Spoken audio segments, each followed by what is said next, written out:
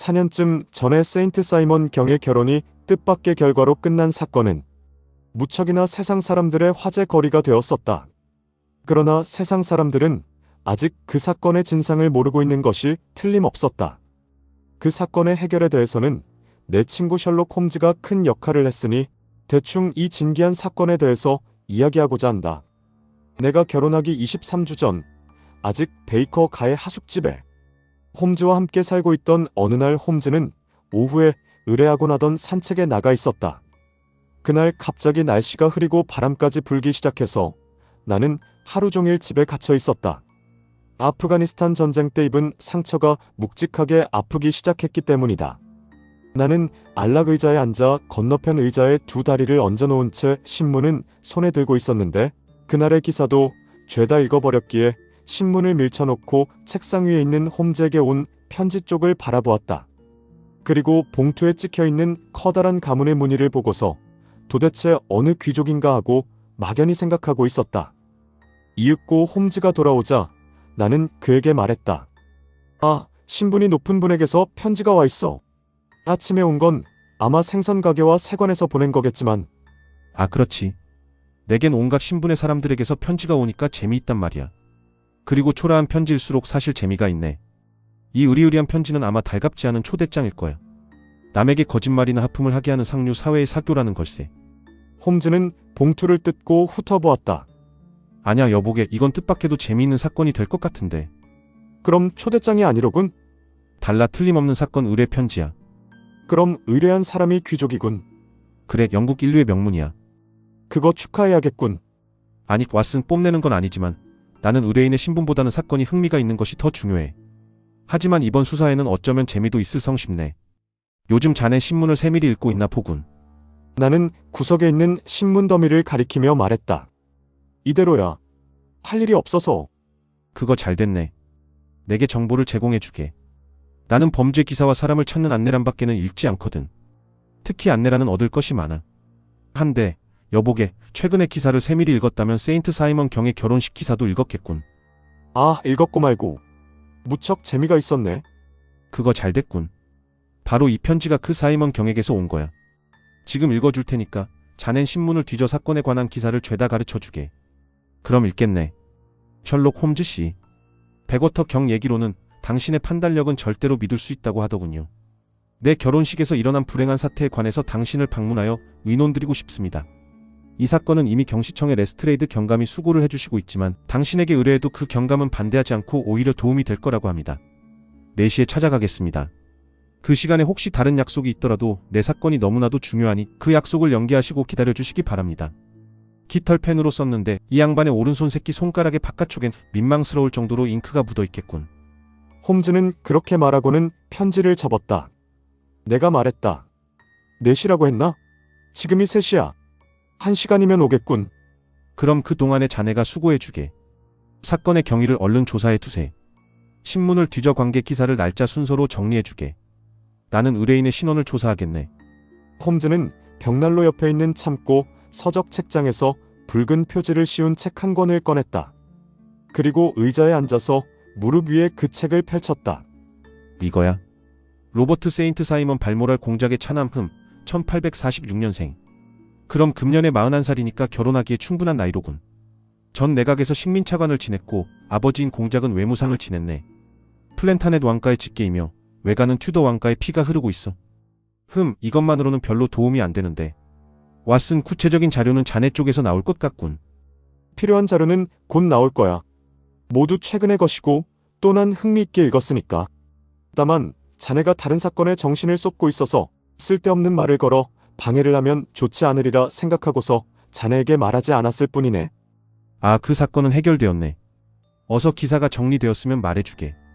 이 보도가 제일 먼저 나온 거네. 모닝포스트지에 실린 기사인데 날짜는 보다시피 몇 주일 전이네. 발모랄 공작의 차남 로버트 세인트 사이먼 경은 미국 캘리포니아주 샌프란시스코시에 사는 엘로이시어스 도런 씨의 외동딸 해티 도런 양과 약혼했으며 소문에 의하면 곧 결혼식을 거행할 것이라고 한다. 이것뿐이야. 홈즈는 가늘고 긴 다리를 벽난로 불 쪽으로 뻗으며 말했다. 같은 주의 사교계 신문에 좀 더 자세히 나왔는데, 아, 이거야. 요즘 영국 명문 가정에서는 대서양 건너에서 오는 돈 많고 아름다운 미국 아가씨와 결혼하는 것이 유행이 되어 있다. 지난주에도 아름다운 미국 아가씨가 이 영광을 차지했다. 세이트 사이먼 경에 붙인 발모랄 공작이 부득이한 사정으로 귀중한 그림을 팔려고 내놓은 것은 널리 알려진 사실이다. 게다가 세인트 사이먼 경도 퍼치모어에 얼마 되지 않은 영지를 가지고 있을 뿐이므로 도런 양은 이 결혼으로 평범한 미국 아가씨로부터 영국 귀족이 된다고는 하지만 이득을 얻게 되는 것이 도런 양뿐만은 아닌 것은 명백하다. 그 밖에 또 있나? 있고 말고 많이 있네. 모닝포스트지의 기사에 의하면 결혼식은 하노버 광장의 세인트 조지 교회에서 집안 식구끼리만 모여식을 올리는데 참석자는 친한 친구 몇 사람으로 한정되며 신혼부부는 식이 끝나자마자 신부의 아버지 도런 씨가 사들인 가구가 딸린 랭카스터 게이트의 저택으로 가게 되어 있구만. 그리고 이틀 뒤, 즉 이번 수요일의 신문에는 결혼식이 거행된 것과 신혼여행은 피터스필드 옆에 백오터경 영지로 간다는 것이 간단하게 나와 있네. 이게 신부가 자취를 감추기까지의 기사 내용 전부일세. 홈즈는 놀라며 되물었다. 무엇까지라고? 신부가 자취를 감출 때까지. 언제 자취를 감추었나? 축하 파티 때일세. 이건 예상 밖으로 흥미있겠군. 아주 극적인데. 그래, 나도 좀 심상치 않다고 생각했네. 결혼식 전에 사라지는 일은 흔히 있고 신혼여행 중에도 종종 있는 일이야. 하지만 이렇게 깨끗이 사라진 예는 생각나지 않는군. 그때의 상황을 자세히 들려주게. 기사는 도무지 시원찮네. 둘이 추리하면 보충될 것이야. 어제 조간신문에 제목이 나와 있으니까 있겠네. 귀족의 결혼식에서 생긴 괴사건이라는 제목이지. 로버트 세인트 사이먼 경의 가족은 사이먼 경의 결혼식에서 일어난 이상한 사건 때문에 당황하고 있다. 어제 신문에서 일부가 보도되었듯이 결혼식은 그저께 아침에 거행되었다. 그동안 이 결혼식에 대해서 수상한 소문이 떠돌았는데 그것이 사실로 나타난 것이다. 사이먼 경의 친구가 감추려고 무척애를 썼으나 이 사건은 이미 사회의 주목을 끌게 되었다. 하노버 광장의 세인트 조지 교회에서 거행된 결혼식은 집안 식구끼리만의 모임이어서 참석자는 신부의 아버지인 엘로이시어스 도런 씨, 발모랄 공작 부인 백오터 경, 신랑의 동생 유스터스 경, 역시 여동생인 클레어러 세인트 사이먼 양 그리고 엘리시어 휘팅턴 양뿐이었다. 결혼식 뒤 일행은 랭카스터 게이트의 엘로이시어스 도런 씨 저택에 마련된 축하 파티에 참석했다. 이때 이름 모를 한 여성이 자신은 세인트 사이먼 경과 결혼할 권리가 있다고 외치면서 일행의 뒤를 따라 저택 안으로 밀고 들어오려고 한바탕 소란을 피웠다고 한다. 잠시 옥신각신 소란이 있은 뒤에 그 여자는 하인장과 하인들에 의해서 쫓겨나갔다. 신부는 다행히 먼저 집에 들어가 있었기 때문에 이런 소란은 당하지 않았다. 그러나 파티 석상의 일행과 함께 자리를 잡고서 잠시 지난 뒤에 갑자기 기분이 나쁘다고 말하며 자신의 방으로 들어갔다. 그리고는 그대로 다시 나오지 않아서 한 사람이 걱정된다고 하자 친아버지인 도런 씨가 찾으러 나가 하녀에게 물어보니 신부는 방에 잠깐 들렀을 뿐 그대로 망토와 모자를 들고 곧 복도로 뛰어갔다는 것이다.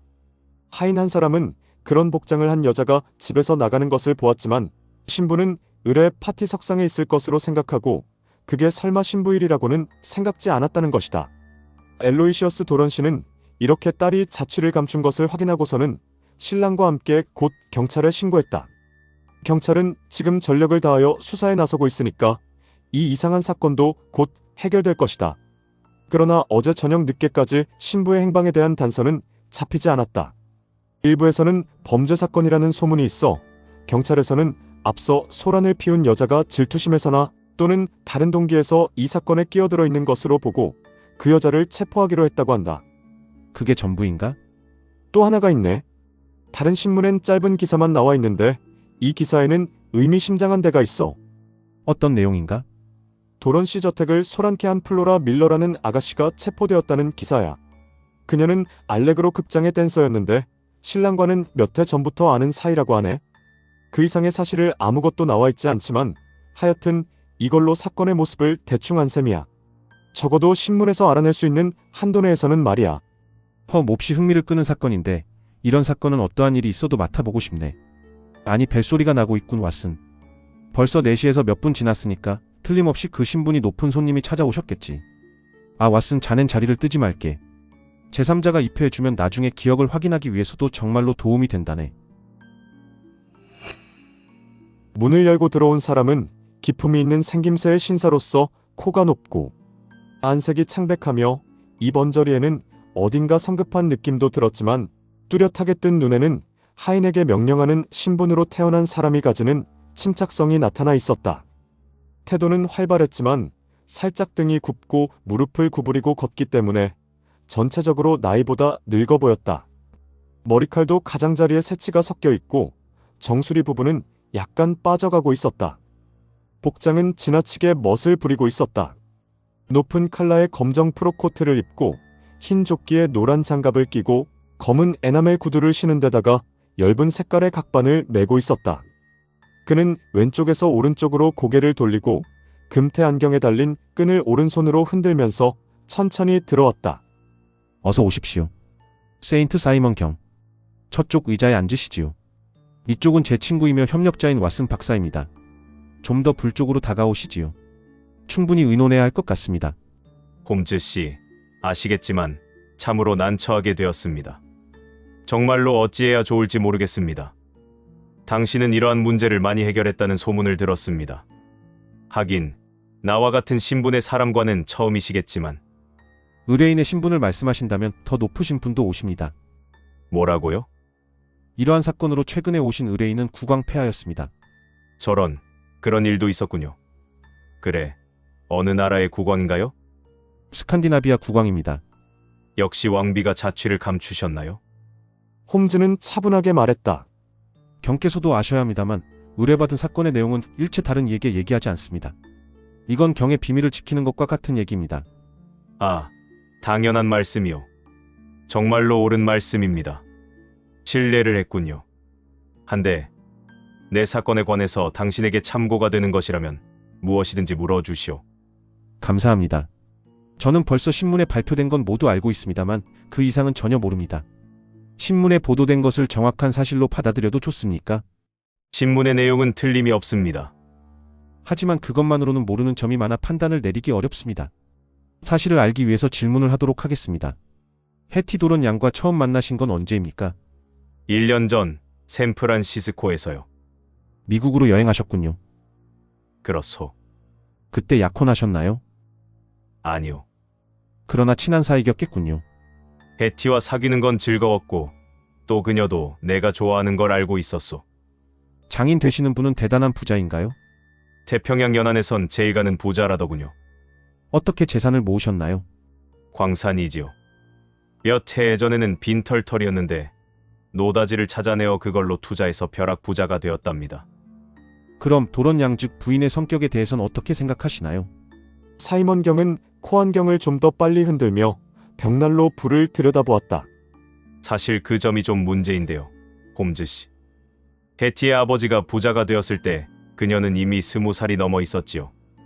따라서 해티는 그동안 광산의 노무자 합숙소를 제멋대로 드나들거나 숲이나 산을 뛰어다니며 학교의 교사에게서가 아니라 자연에게서 교육을 받은 셈입니다. 영국식으로 말한다면 말괄량이 아가씨이며 야성적이고 다소 자유분방한 성격을 가지고 있고 또한 어떠한 종류의 전통에도 매달리지 않습니다. 활화산과도 같은 성격이라고 할까요? 결심이 빠르고 대담하게 실행합니다. 실은 그녀에게 그러한 성격이 없으면 나로서도 명예로운 우리 집의 이름을 그녀에게 붙여줄 생각이 나지 않았을 거요. 사이먼 경은 여기서 뽐내듯이 기침을 했다. 근본은 고상한 성격의 여자지요. 자기를 희생시키는 영웅적인 행동을 할 수 있는 여자이며 천한 짓은 전혀 못하는 여자로 믿고 있소. 사진은 가지셨나요? 이걸 가져왔습니다. 사이먼 경은 목걸이를 열어 굉장히 아름다운 여자의 초상화를 보여주었다. 그것은 사진이 아니라 상아에 새긴 조그만 조각인데 윤택이 나는 검은 머리에다 커다란 눈이며 얌전한 입모습의 아름다움이 충분히 나타나 있었다. 홈즈는 오랫동안 찬찬히 그 조각상을 들여다보고 있었다. 그리고는 목걸이를 닫고 사이먼 경에게 돌려주었다. 그럼 그 뒤 도런 양이 런던에 오게 되어 다시 사귀셨군요. 그렇소. 요전 사교 시즌 때 장인께서 데리고 왔지요. 몇 차례 만나는 사이에 약혼하게 됐고 지금은 결혼한 셈이오. 굉장한 지참금을 가지고 오셨다지요.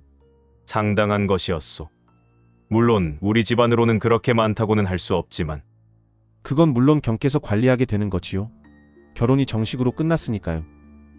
글쎄요. 그건 아직 알아보지 못했소. 그러시겠지요. 결혼식 전날 도론양을 만나셨나요? 만났죠. 어떻던가요? 명량하고 건강했지요. 앞으로 할 생활에 대해서 계속 이야기를 하더군요. 그거 정말 흥미있군요. 그러면 결혼식 아침에는요? 굉장히 명량했지요. 적어도 식이 끝날 때까지는. 그럼 식이 끝났을 때 신부에게 무슨 변화라도 보였습니까? 그래요. 실은 나는 그때 처음으로 해티의 성격에 신경질적인 데가 있는 걸 알았습니다. 그러나 그건 아주 사소한 일이라서 사건에 관계가 있다고는 생각되지 않습니다. 글쎄요. 그러지 마시고 구체적으로 말씀해 주시지요. 사실 유치한 일이라서. 대기실로 들어가는 도중 해티가 꽃다발을 떨어뜨렸습니다. 맨 앞자리에 옆을 걷고 있을 때 꽃다발이 그 좌석에 떨어졌습니다. 행렬이 잠깐 멈췄지만 그 좌석에 앉아있던 신사가 바로 꽃다발을 해티에게 건네주었기 때문에 아무 일 없이 끝났지요. 그런데 그 뒤 내가 꽃다발 얘기를 꺼내자 해티는 퉁명스럽게 대답하는 것이었습니다.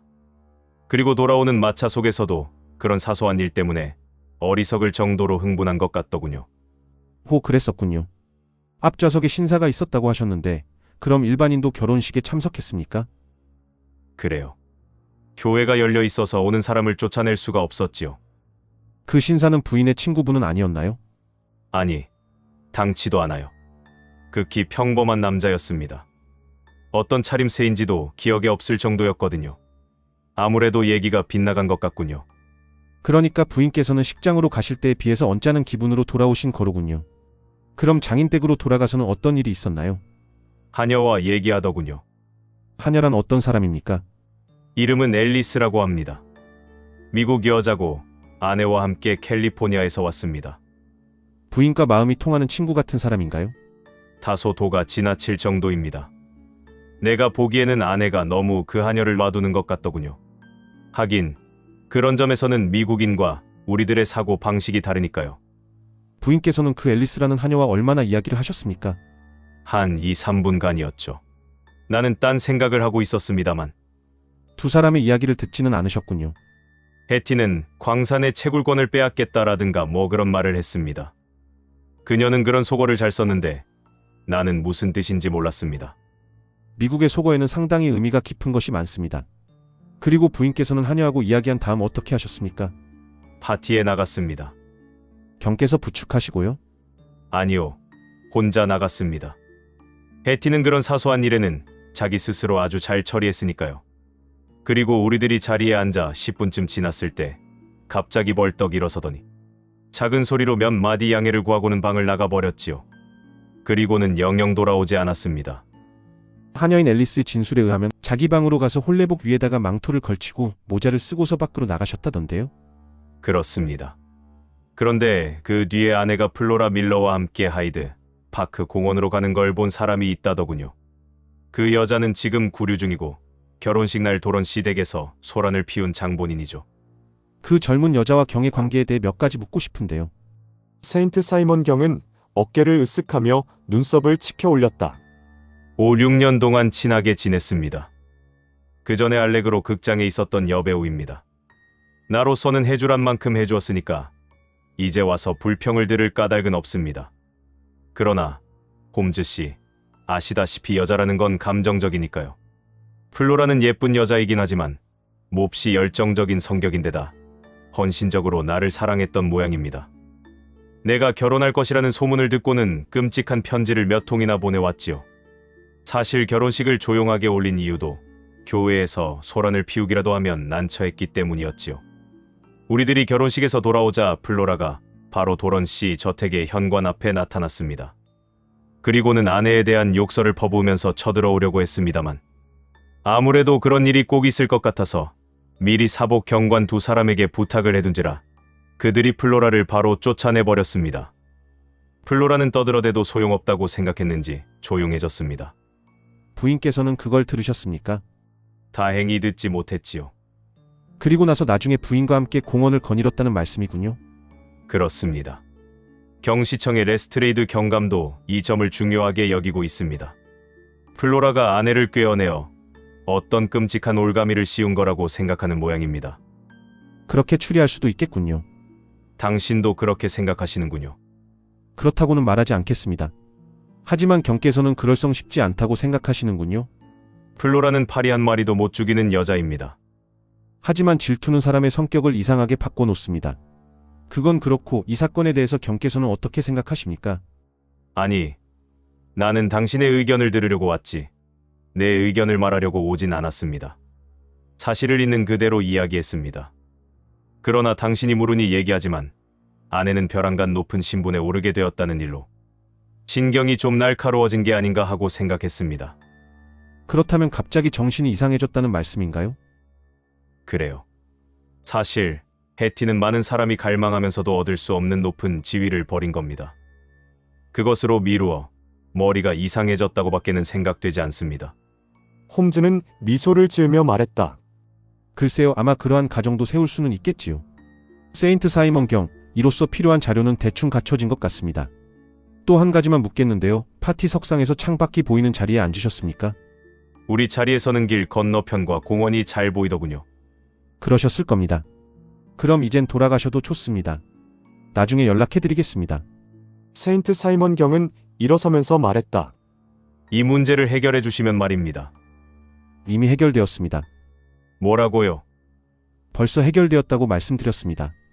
그렇다면 아내는 어디 있습니까? 그 점도 당장 해결해드리겠습니다. 세인트 사이먼 경은 고개를 흔들었다. 그 일에는 당신이나 나보다 더욱 우수한 두뇌가 필요하지 않을까요? 경은 그렇게 말하고는 점잔을 빼며 인사를 하고는 돌아갔다.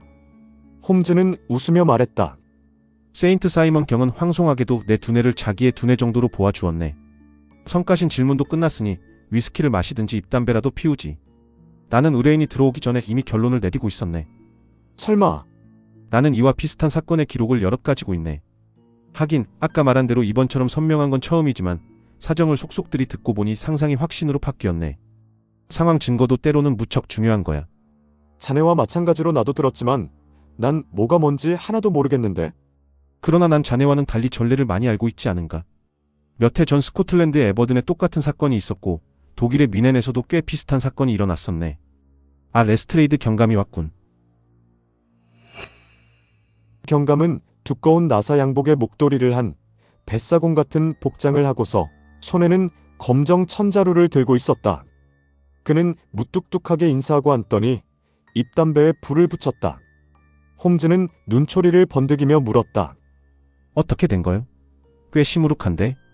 시무룩하게 되었지요. 이놈의 세인트 사이먼 경 신부 사건은 정말로 진절머리가 납니다.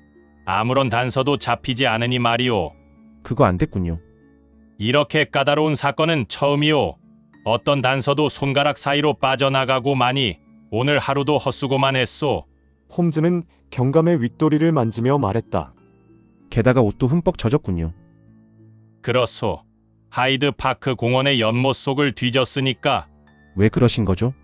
세인트 사이먼 경 부인의 시체를 찾기 위해서 말이오. 홈즈는 의자 등에 몸을 젖히며 웃었다. 트라팔가 광장의 분수 바닥도 조사했나요? 아니, 뭐라고요? 시체가 있을 가능성은 어느 연못에도 있으니 말이오. 레스트레이드는 화가 치민 듯이 홈즈를 노려보았다. 흥, 당신은 죄다 알고 있을 테니까. 아니, 조금 전에 자세한 이야기를 들었을 뿐이오.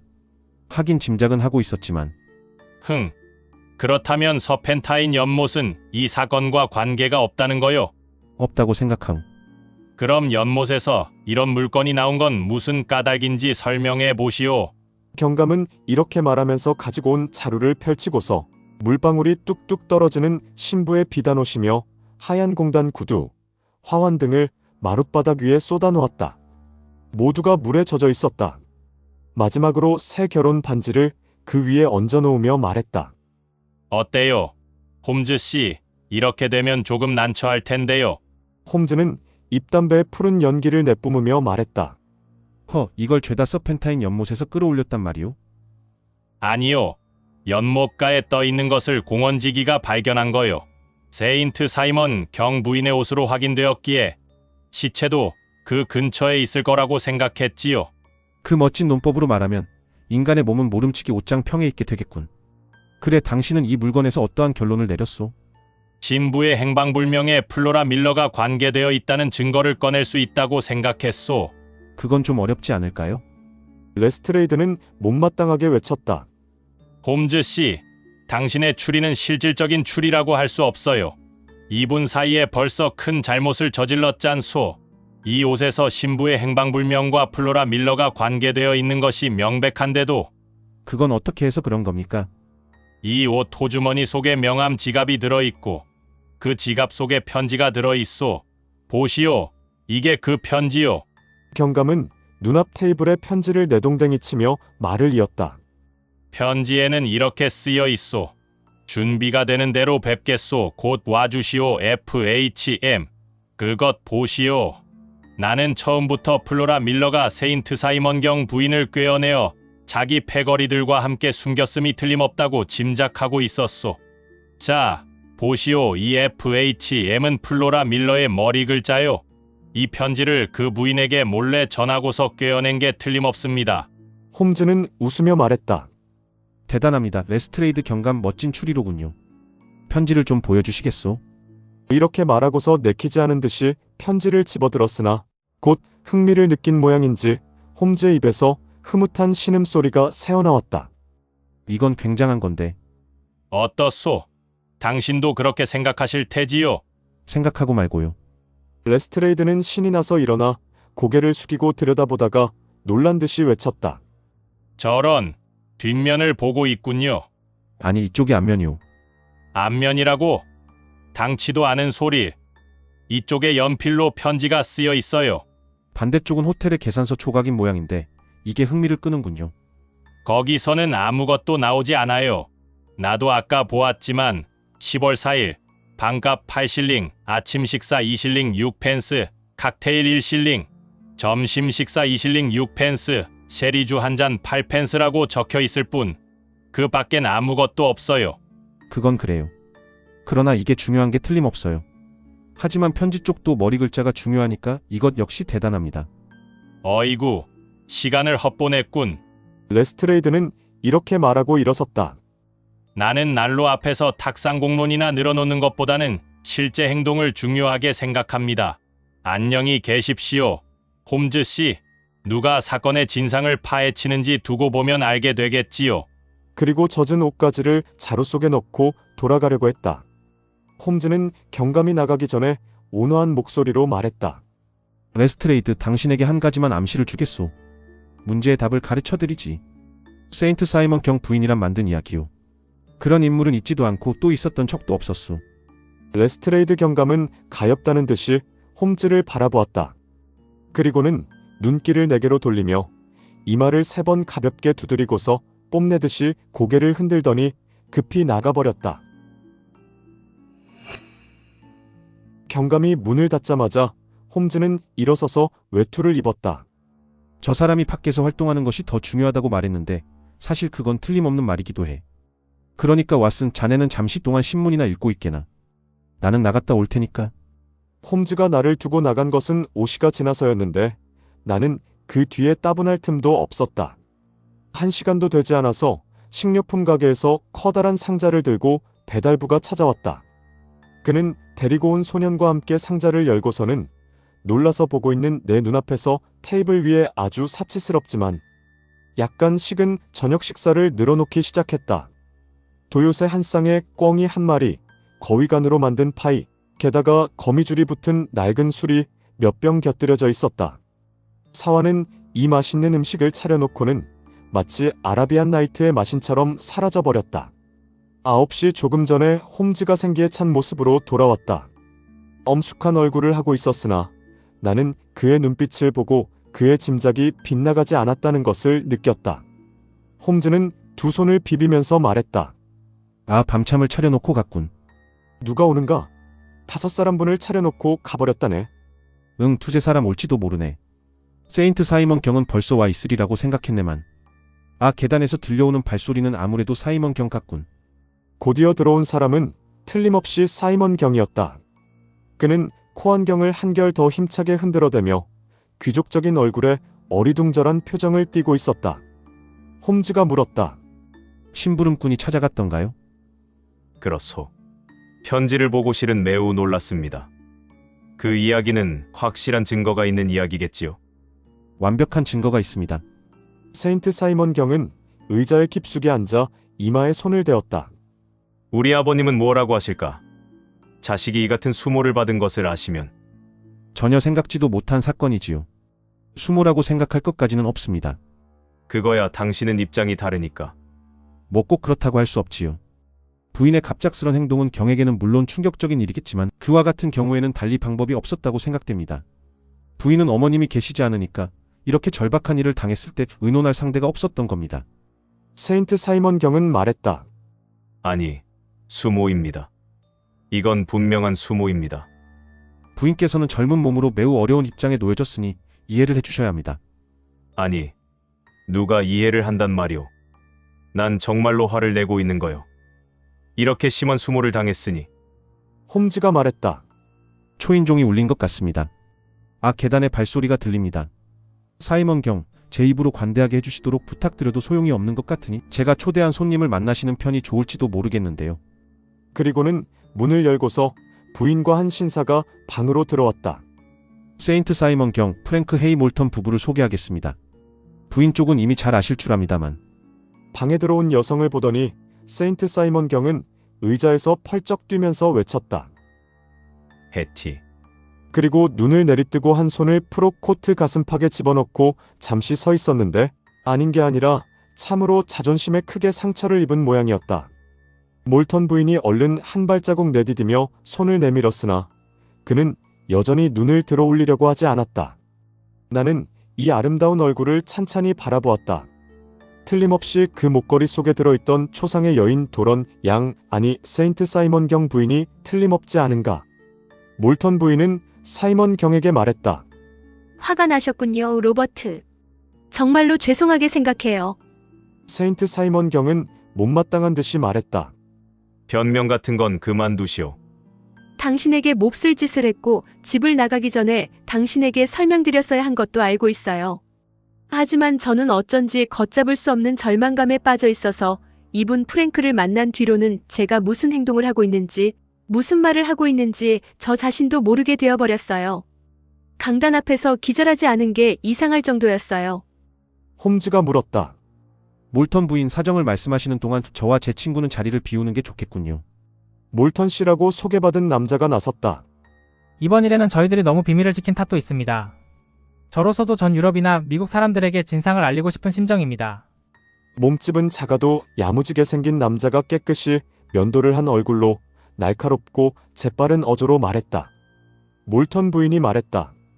그럼 저부터 말씀드리죠. 이분 프랭크와 저는 1884년 로키 산맥에 가까운 아버지의 광산에서 만났어요.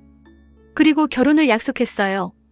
그러는 사이에 아버지는 노다지를 발견하게 되어 부자가 되었으나 프랭크의 광산 사정은 계속 악화되어 가기만 하다가 나중에는 폐광하게 되어버렸지요. 아버지는 계속 부자가 되고 프랭크는 더욱 가난하게 된 거예요. 그래서 아버지는 약혼을 취소시키려고 저를 샌프란시스코로 데려갔어요. 하지만 프랭크는 단념하지 않았어요. 저의 뒤를 쫓아와서는 아버지 모르게 저를 만났어요. 아버지가 아시면 몹시 노하실 것이 뻔하기 때문에 우리들은 모든 것을 우리끼리만 결정했어요. 프랭크는 다시 사업을 일으켜서 아버지와 견줄 만한 부자가 된 후에 다시 저에게 돌아오겠다고 했습니다. 그리고 저는 언제까지나 기다리며 프랭크가 살아있는 한 다른 사람과 결혼하지 않겠다고 맹세했지요. 그러자 프랭크가 이렇게 말했어요. 그렇다면 지금 당장 결혼하기로 합시다. 그러면 당신 마음이 변하지 않는다고 믿을 수 있소. 그 대신 돌아올 때까지는 결코 당신 남편이라고 나서지 않겠소. 그래서 프랭크와 전 재빨리 서둘러 목사님께 찾아가 바로 그 자리에서 결혼식을 올렸습니다. 그리고 프랭크는 사업을 일으키러 가고 저는 아버지에게로 돌아간 겁니다. 그 뒤 풍문으로 프랭크가 몬태나주에 있었고 다음에는 애리조나 주의 광산에 또 그 다음에는 뉴멕시코 주에 있다는 소문을 들었어요. 그 뒤 아파치 인디언이 광산 마을을 습격하여 백인들을 살해했다는 기사가 신문에 나왔는데 피살자 명단에 프랭크의 이름도 있었습니다. 저는 정신을 잃고 몇 달 동안 자리에 누워버렸지요. 아버지는 폐병으로 생각하셨는지 샌프란시스코의 의사들을 차례로 불러들였지요. 한 해가 지나도 프랭크의 소식은 한마디도 없었으므로 저는 프랭크가 정말로 죽은 것이라고 생각하게 되었습니다. 그 무렵 세인트 사이먼 경께서 샌프란시스코에 오시게 되었고 저희 가족도 런던에 가게 되고 해서 세인트 사이먼 경과 약혼이 이루어지게 되었습니다. 아버지는 대단히 기뻐하셨지만 마음을 프랭크에게 쏟은 저는 다른 어떤 사람에게도 다시는 마음을 쏟지 못할 것으로 언제나 생각하고 있었지요. 하지만 물론 세인트 사이먼 경과 결혼한 이상 아내로서 해야 할 의무는 다할 생각이었어요. 경과 함께 강단에 나갔을 때 되도록 좋은 아내가 될 작정이었지요. 그렇지만 강단의 난간까지 갔을 때 문득 돌아보니 맨 앞줄 자리에 프랭크가 서서 물끄러미 저를 쳐다보고 있지 않겠어요? 저는 처음엔 유령을 보지 않았나 했어요. 하지만 다시 한번 돌아보니 역시 같은 곳에서 무엇인가를 묻는 눈초리로 저를 바라보고 있는 거였지요. 저는 용하게 쓰러지지 않았다고 생각해요. 눈앞이 빙빙 돌며 목사님 목소리는 마치 벌소리처럼 귓전에 울릴 뿐이었어요. 전 어찌할 바를 몰랐죠. 결혼식을 중지해달라고 교회에서 소란이라도 피워야 하는 걸까요? 또다시 프랭크를 바라보니 제 생각을 눈치챈 모양인지 입에 손을 대고 가만히 있으라는 손짓을 하더군요. 그리고는 종이 쪽지에 무엇인가를 쓰고 있는 것 같아서 저에게 편지를 쓰고 있다고 생각했지요. 식이 끝나 프랭크 앞에 지날 때 일부러 꽃다발을 떨어뜨리니까 프랭크는 꽃다발을 집어 돌려주면서 제 손 안에 쪽지를 살그머니 밀어넣었어요. 연락이 있으면 오라고 단 한 줄이 적혀 있더군요. 물론 저는 이렇게 된 바에야 누구보다도 프랭크를 따라야 한다고 생각했으니까 모든 것을 프랭크 말대로 하리라고 결심했지요. 집에 돌아와 하녀에게 이 이야기를 했어요. 그 하녀는 캘리포니아에 있을 때부터 프랭크를 알고 있었고 늘 우리 편을 들어주었지요. 저는 하녀에게 비밀을 지키도록 하고 제 소지품을 뭉뚱그려 싸고 망토를 달라고 했습니다. 세인트 사이먼 경에게 모든 사정을 설명해야 한다고는 생각하고 있었습니다만 사이먼 경의 어머니나 신분이 높으신 분 앞에서 그런 이야기를 한다는 것이 생각만 해도 무서웠어요. 그래서 지금은 이대로 도망치고 나중에 설명하기로 마음을 정했지요. 파티 석상에 앉은 10분 뒤에 길 건너편에 프랭크가 있는 것이 창 너머로 보이더군요. 프랭크는 저에게 눈짓을 하고서 공원으로 들어갔어요. 저는 가만히 빠져나와 준비를 하고서 프랭크의 뒤를 쫓아갔지요. 그때 모르는 여자가 다가와 세인트 사이먼에 관한 넋두리를 하더군요. 별로 흥미를 가지고 듣지는 않았지만 그 여자 이야기로는 사이먼 경에게도 결혼 전에 비밀이 있었던 모양이에요. 하지만 간신히 그 여자를 뿌리치고 곧 프랭크를 따라갔지요. 둘이서 영업용 마차를 타고 고등 광장에 있는 프랭크의 하숙집에 갔는데 그거야말로 오랜 세월 동안 기다리던 날이었답니다. 프랭크는 아파치족의 포로가 되었다가 탈출하여 샌프란시스코로 가서 제가 프랭크가 죽은 것으로 단념하고 영국에 건너간 것을 알고서는 바로 제 뒤를 쫓아 영국에 와서 그 결혼식 날 아침 겨우 저를 만났던 거예요. 프랭크 몰턴이 그 뒤를 이어서 말했다. 신문에서 해티의 결혼식 기사를 보았죠. 교회 이름은 나와 있었지만 집 주소는 나와 있지 않아서 곧바로 교회로 찾아갔지요. 몰턴 부인이 다시 말했다. 그리고 둘이서 앞으로의 일을 의논했어요. 프랭크는 모든 것을 밝히자고 했지만 저는 이번 일이 몹시 창피해서 의대로 자취를 감추어 다시는 세인트 사이먼 경을 만나지 않겠다고 했습니다. 아버지에게만은 간단한 편지를 써보내서 무사하다는 걸 알리고 싶었지만 파티에서 제가 돌아오기를 기다리고 계시는 신분이 높은 신사 및 부인들 생각을 하니까 그저 무서운 생각만 들더군요. 그래서 프랭크가 신부옷 같은 것들을 뭉뚱그려 아무도 모르는 장소로 버리러 갔지요. 홈즈 씨가 어떻게 제가 있는 장소를 아셨는지는 몰라도 오늘 저녁 때 찾아오셔서 제 생각이 잘못되고 프랭크 생각이 옳다고 분명하게 가르쳐 주시더군요. 그렇지 않았으면 내일 파리로 떠났을 거예요. 더군다나 홈즈 씨는 세인트 사이먼 경과 저희들만 이 얘기를 나눌 수 있는 기회를 마련해 주겠다고 하시기에 얼른 이쪽으로 찾아온 거예요. 로버트, 이제 모든 걸 말씀드렸어요. 걱정을 끼쳐 죄송하기 이를 데 없습니다만 부디 저를 나무라지는 말아주세요. 세인트 사이먼 경은 준엄한 태도를 조금도 흐트러뜨리지 않고 이마를 좁힌 채 입을 꼭 다물고 이 긴 이야기에 귀를 기울이고 있다가 이야기가 끝나자 냉정하게 말했다. 실례지만 나는 은밀한 개인적 얘기를 이와 같이 남들이 있는 자리에서 해본 적이 없소. 그러면 용서해 주시지 않는군요. 작별의 악수도 해주시지 않나요? 아니, 하고 말고. 원한다면. 경은 손을 내밀어 몰턴 부인이 내민 손을 쌀쌀하게 쥐었다. 홈즈가 끼어들었다. 저로서도 화해의 뜻으로 함께 식사를 하셨으면 하는데요. 사이먼 경이 대답했다. 그건 좀 무리입니다. 이번 일은 내가 말없이 물러가겠소. 남의 잔치판에 낄 생각은 없소. 용서해 주신다면 자리를 떠나고 싶습니다. 그리고는 우리들 모두에게 고개를 약간 숙이고서 천천히 방을 나갔다. 홈즈가 말했다. 그렇다면 두 분만이라도 남아주시겠지요. 몰턴 씨 미국 분과 만나는 건 대단히 즐겁습니다. 왜냐하면 나는 미국과 영국이 형제국으로서 사이좋게 지내야 한다고 믿고 있기 때문이요. 우리는 화기애애한 분위기에서 식사를 했다. 손님이 돌아간 뒤에 홈즈가 말했다. 이 사건의 재미는 얼른 보기에는 해결이 불가능할 것 같았던 것이 아주 쉽게 풀려나갔던 점에 있었네. 몰턴 부인 이야기를 들어보면 이만큼 자연스러운 결말도 없다고 생각되지만 경시청의 레스트레이드 경감 등은 결말만 보면 이보다 더 싱거운 일은 없게 되겠지. 그렇다면 자네는 조금도 망설임 없이 이 사건을 해결했단 말인가? 처음부터 두 가지 사실은 확실하게 알고 있었네. 신부가 기꺼이 결혼식을 맞이한 사실과 식장에서 돌아가는 잠깐 사이에 결혼을 후회하기 시작한 사실 말이야. 분명히 신부의 마음을 변하게 한 무슨 일이 아침에 생긴 거지. 그 일이 무슨 일일까? 집을 나가 줄곧 신랑과 함께 있었으니까 누구와 이야기했다고는 생각되지 않네. 그렇다면 누굴 만난 걸까? 만일 그렇다면 그건 미국에서 온 사람임에 틀림이 없을 것이네. 신부는 최근에 영국에 막 왔으니까 영국 남자 중에 신부에게 인생의 방향을 변하게 할 정도로 영향력 있는 사람이 있다고는 생각할 수 없었네. 이렇게 추리해 나가면 신부는 그날 어떤 미국인과 만났다는 결론이 쉽게 나오지. 그럼 그 미국인은 누구이며 또 어떻게 해서 그런 강한 영향력을 신부에게 끼칠 수 있었을까? 애인일지도 모르며 또 남편일지도 모르지. 내가 듣건대 신부는 처녀 시절을 거친 환경 속에서 보냈다고 했네. 나는 여기까지 추정을 한 뒤에 세인트 사이먼 경의 이야기를 들었네. 그가 한 이야기에서 교회의 맨 앞줄에 앉아 있었던 남자, 신부 태도에 느닷없는 변화, 편지를 전하기 위해 흔히들 떨어뜨리는 꽃다발, 그리고 마지막으로 신부가 광산을 가로채다라는 광산 용어를 사용한 것 등등을 듣고 있는 사이에 사건의 줄거리가 뚜렷하게 떠오르더군. 그렇다면 신부는 남자와 함께 도망을 쳤다는 얘긴데 그 남자는 신부의 애인이나 본 남편일 거야. 아니, 아마 본 남편으로 생각하는 게 들어맞을 거라고 추리했었네. 그렇다 치더라도 어떻게 두 사람을 찾아냈지? 레스트레이드가 연못에서 주운 신부 옷에서 발견한 편지는 플로라 밀러가 쓴 것이 아니라 그 남자가 보낸 거야. 마침 남자 이름이 프랭크 헤이몰턴이어서 머리 글자가 FHM이기 때문에 레스트레이드가 착각을 한 거지. 머리 글자도 중요했지만 그것보다 더 중요한 건 그 남자가 일주일 이내에 런던의 인류 호텔에서 계산을 치른 사실을 알게 된 거야. 어디서 인류라고 판단했나? 값이 인류였기 때문이지. 반값 8실링, 세리주 한 잔에 8펜스라는 건 최고급 호텔이 아니면 있을 수 없거든.